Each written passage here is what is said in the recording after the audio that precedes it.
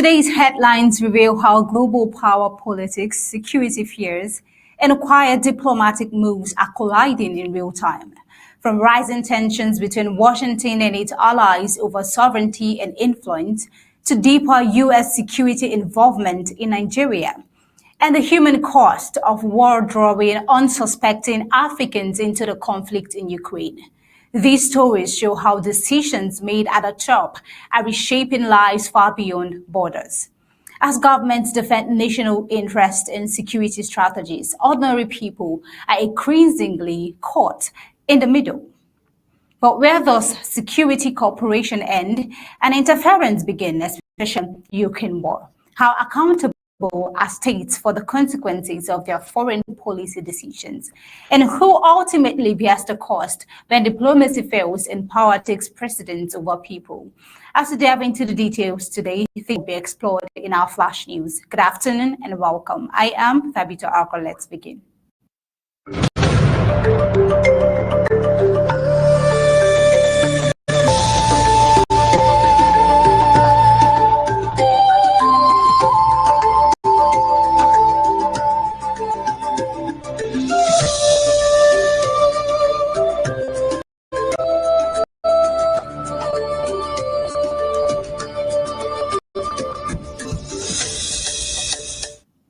Israeli Prime Minister Benjamin Netanyahu said he will discuss Iran's nuclear activities and the next phase of the Gaza plan during talks next week with U.S. President Donald Trump, as Israel moves to strengthen regional security and energy cooperation with Greece and Cyprus. Speaking after a trilateral meeting in Jerusalem with Greek Prime Minister Kyriakos Mitsotakis and Cyprus President Nikos Christodoulides, Netanyahu was closely monitoring Iranian military activity. Iranian state media earlier reported missile drills across several cities, the second such exercise in a month.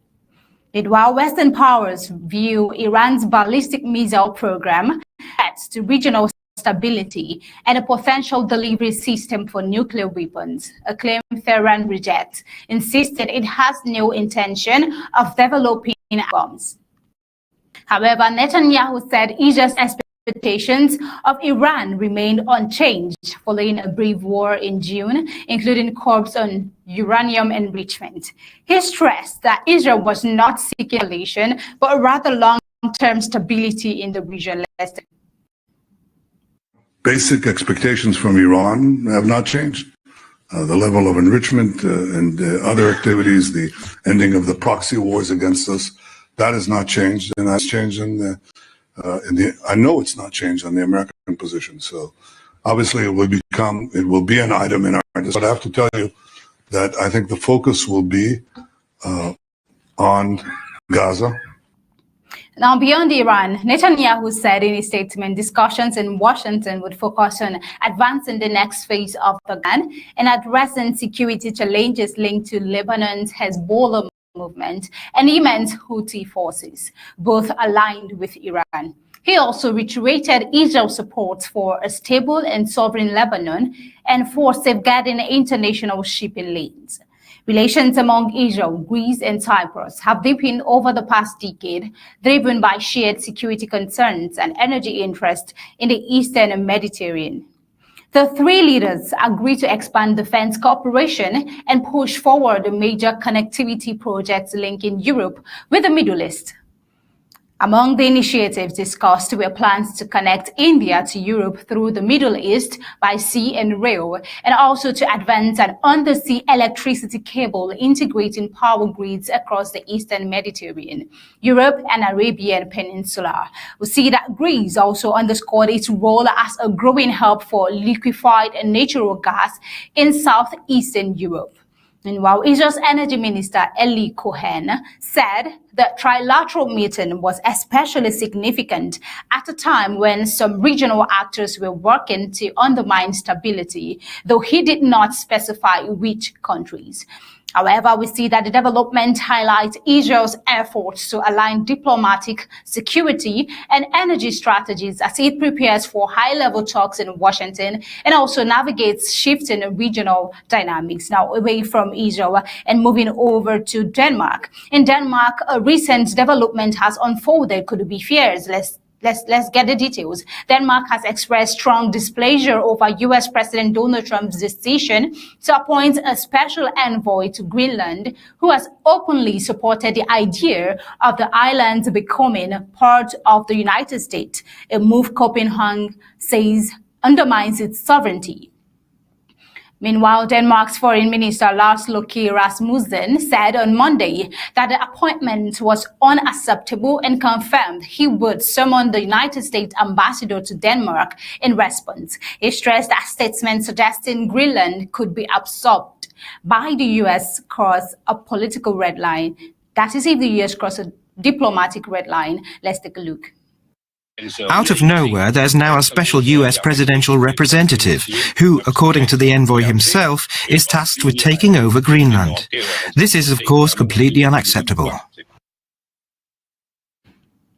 This is, of course, completely unacceptable. But then let's move ahead. Trump announced the appointment of Jeff Landry, the governor of Louisiana, as special envoy to Greenland, arguing that the Arctic territory is critical to American and national security. He cited growing Russian and Chinese activity in the region and said Washington needed a stronger strategic presence there.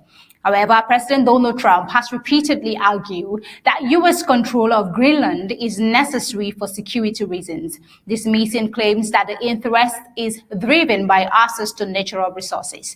He also alleged that Denmark has invested little in the island's defense, assertions rejected by Danish officials.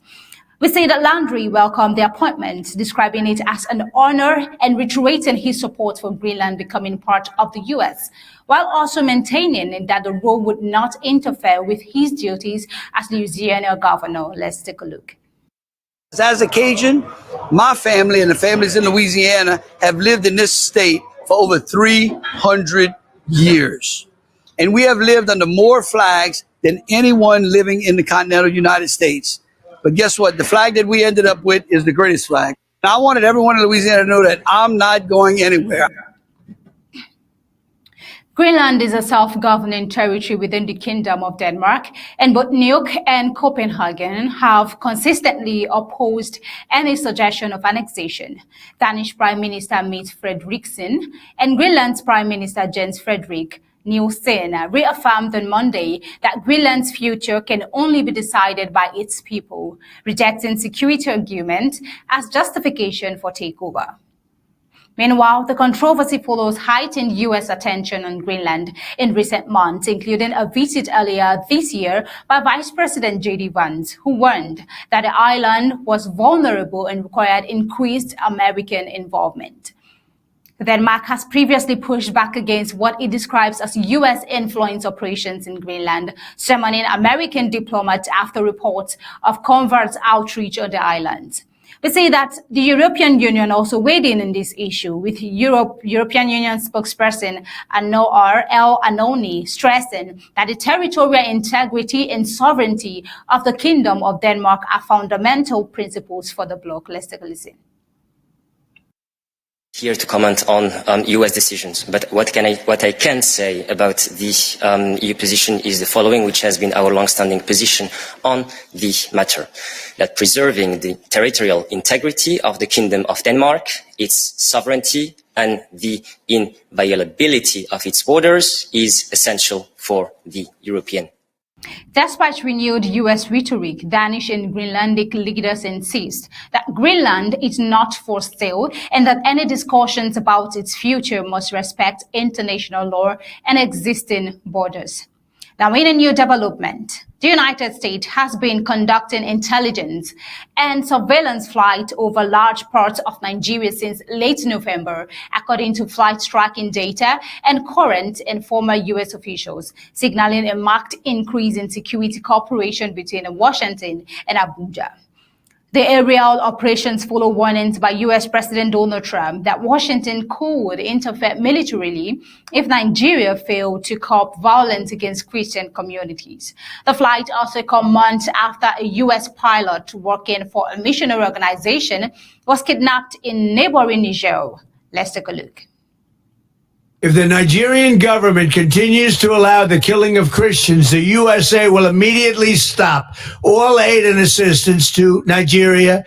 We're going to do things to Nigeria that Nigeria is not going to be happy about and may very well go into that now disgraced country, guns are blazing, to completely wipe out the Islamic terrorists who are committing these horrible, horrible atrocities. I'm hereby instructing our Department of War to prepare for possible action.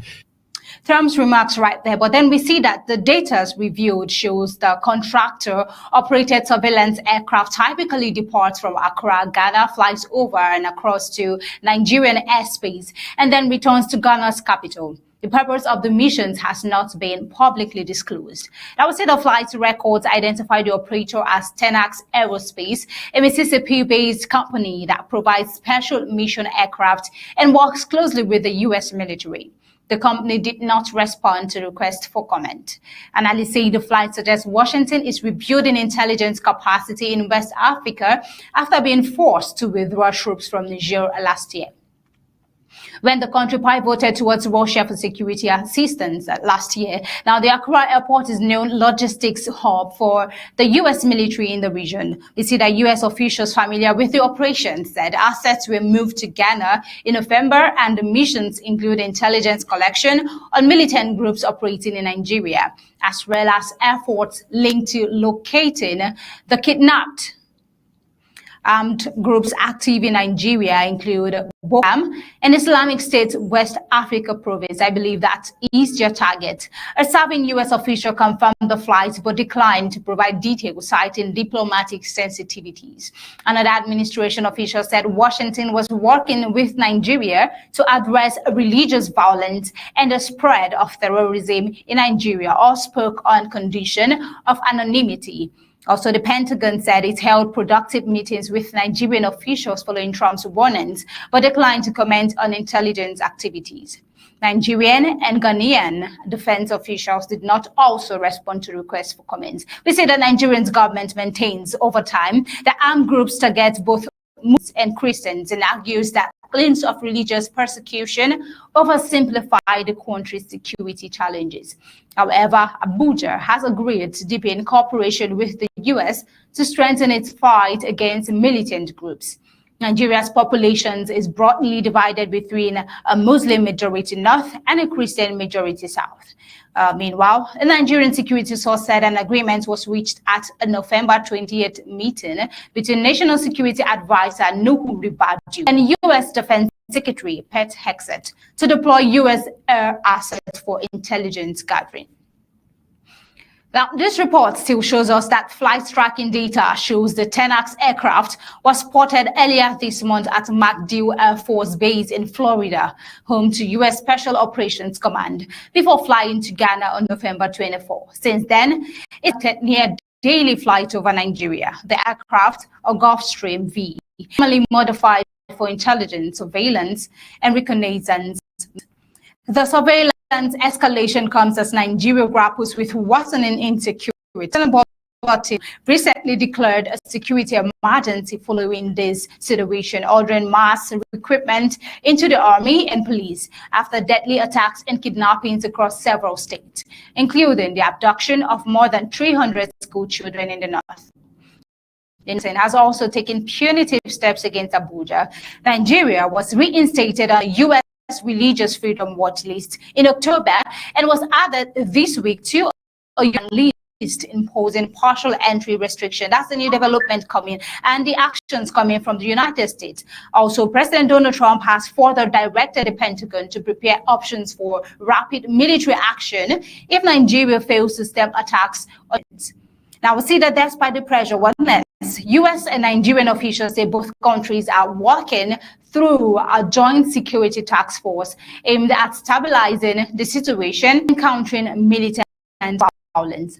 As this report continues to develop, we'll definitely bring you up to speed with the details. And then Nigeria gets to do what is necessary to curb the pressure coming from the United States. Now over to South Africa, and then bringing you updates with the current challenges we are having with the Russia and Ukraine war. South Africans who traveled to Russia after being promised security training say they were instead sent to fight alongside Russian forces in Ukraine, describing harsh conditions, constant danger, and limited access to food and medical care. One father who asked to be identified only by his surname, Dubandelela, said he was initially proud when his 20-year-old son signed up in July for what was presented as a VIP bodyguard training in Russia. 5 months later, he says his son is trapped near the front lines in eastern Ukraine after falling victim to what he believes was a recruitment scam.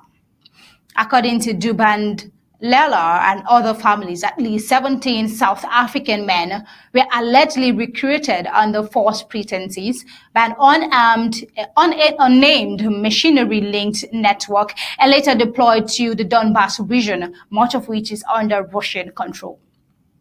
However, South Africa's presidency said the case is receiving urgent attention. A spokesperson for President Cyril Ramaphosa said efforts were underway to secure the men's release, adding that discussions were primarily being held with Russian authorities, as available information suggests the recruits were absorbed into Russian military structures. Dubandelela said his son sent photographs earlier this month showing him in military fatigues and sheltering in a basement to evade drone attacks. He said the young men spend long hours digging trenches in freezing conditions and sometimes go days without adequate food or water. Reuters was unable to independently verify all elements of the account, but 2 South African recruits interviewed by phone from Donbas separately described similar conditions, including shortages of supplies, confiscation of phones, and fear of being killed. The alleged scheme came to light on November 6th, when the South African authorities said they received distress calls from the group, aged 20 and 39. An investigation by South Africa's elite police unit, the Hawks, is examining possible criminal violations, including unlawful foreign military involvement. Meanwhile, the probe has drawn attention to Duduzile Zuma Zambudla, a daughter of former President Jacob Zuma, over alleged links to the recruitment effort. Zuma Zambudla has denied knowledge of any scam and later resigned as a lawmaker in the Umkhonto weSizwe opposition party. Police say the investigation remains active and ongoing. 2 recruits told Reuters they were presented with contracts written in Russian days after arriving in the southern Russian city of Rostov-on-Don. With no translators present, they were hesitant to sign, but later did so after being reassured the document related only to training. They said they learned weeks later that being deployed to fight in Ukraine. Now, this is development we are having in Africa, and not just in South Africa. These men are not alone. Kenya, Botswana have also reported similar cases in which citizens were allegedly misled into joining the war in Ukraine under false promises of employment. Kenya has said more than 200 of its citizens are believed to be fighting for Russia. Now, this is what we are seeing in Africa. Ukraine has previously stated that more than 1,400 African nationals from dozens of countries are fighting alongside the Russian forces. Moscow does not publicly and has not commented on the presence of foreign fighters. Now, let's take a dive into the conflict. We see that the conflict began with Russia's full-scale invasion of Ukraine in February 2022 and continues to draw in foreign nationals through opaque recruitment channels, often with devastating consequences, like what we are seeing and the testimonials we're having from the soldiers who went over from South Africa to fight for Ukraine. Now, we see that families like Dubandela's, the priority is bringing their loved ones home alive. He said his son regularly breaks down during phone calls, pleading for help to escape the battlefield and to return to South Africa. This is the current development we're having, and wouldn't know how many other countries else who are getting employed. Maybe promises, so many promises, with this whole situation to be able to fight for Ukraine and Russia. Now, until next time, this is where we'll be drawing the curtain onto this flash news. Definitely we'll bring you Untold Stories and Undaunted at the top of the hour, 8 p.m. Until then, do have a pleasant day and stay safe.